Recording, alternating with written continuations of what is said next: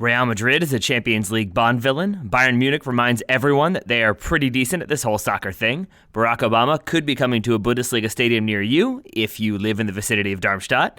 How to lie your way into a Champions League knockout round match. And Asamoah Gyan is a terrific footballer with unethical hair. It's Thursday, February 16th. I'm Taylor Rockwell, and you are listening to The Goalmouth, a podcast collaboration between Dirty Tackle, Howler Magazine, and The Total Soccer Show. Up first, on Wednesday evening, Real Madrid played host to Napoli in the first leg of their Champions League knockout round matchup. Madrid went down early, but eventually came away with a 3-1 result, courtesy of goals from Karim Benzema, Toni Kroos, and Casemiro. However, it was the club's antics on either side of the first half that merit some subtle mockery.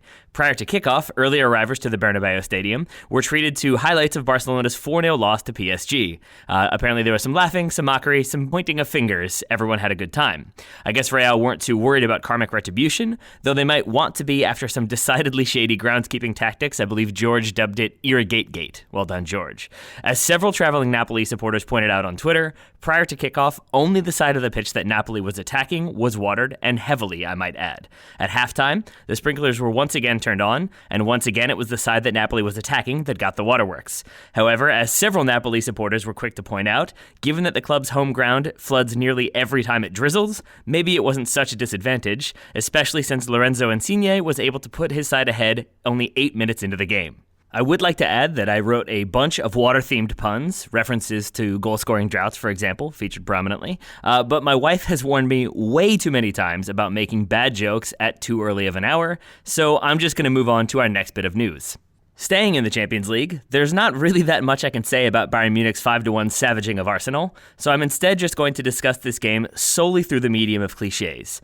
Bayern were ruthlessly efficient, Arsenal choked and/or were big game bottlers, Robben's left foot was deadly, Thomas Muller was clinical, Alexis Sanchez looked world-class, but Arsenal just didn't have any players that were willing to take the game by the scruff of the neck. As a result, questions remain about Arsenal's midfield strength and defensive stability, and you have to wonder if this is the start of another collapse. Fans will be ruining the lack of investment in the recent transfer windows, and you have to wonder if the Gunners will continue to lose big-name talent this summer as a result. Meanwhile, Manuel Neuer was steady between the posts, and Bayern cruised to an easy victory, as they are so often wont to do. Afterwards, the Bayern team likely went out for a nice liter of German beer, of course dressed in lederhosen. That last point might be made up, but, you get the point. Now, Bayern Munich might be the most well-known German club, but that doesn't necessarily mean that they have the most well-known celebrity supporters. No, that honor likely goes to SV Darmstadt 98, who, it seems, are the only club in the Bundesliga that counts Barack Obama as a Twitter follower. According to German newspaper news service DW, or more accurately, Die, I read that online, so it's got to be true, quote, a little bit of social media digging by a local radio station in the Hesse region, where the Bundesliga's bottom club are based, uncovered the wholly surprising news that the former leader of the free world counts Torsten Frings' side among the 631,000 accounts that he follows, end quote. In response, U.S. international Terrence Boyd, who scored in Darmstadt's surprise win over Borussia Dortmund this past weekend, took to social media to invite the 44th president of the United States to a game. He even threw in an offer for a free jersey if Obama accepted. No word yet on why the former president follows the club, nor if he has accepted that invitation. Darmstadt does host Hertha Berlin and fellow U.S. international John Brooks on May 13th, so I'm just going to assume that he's holding out for that matchup. Of course, there are other ways to attend matches for free that don't require you to be a former world leader. Here's a quick quiz for you, dear listener, to see if you've got what it takes to attend a match on the cheap. Question number 1. Do you not enjoy paying large sums of money for tickets to big matches? Great. Question 2. Do you have a passing knowledge of a club in the English Championship? Excellent. Question 3. Does lying for personal gain not necessarily bother you? Perfect. You're all set to attend a Champions League match. At least that was the case for one enterprising fan who turned up to Borussia Dortmund's match at Benfica.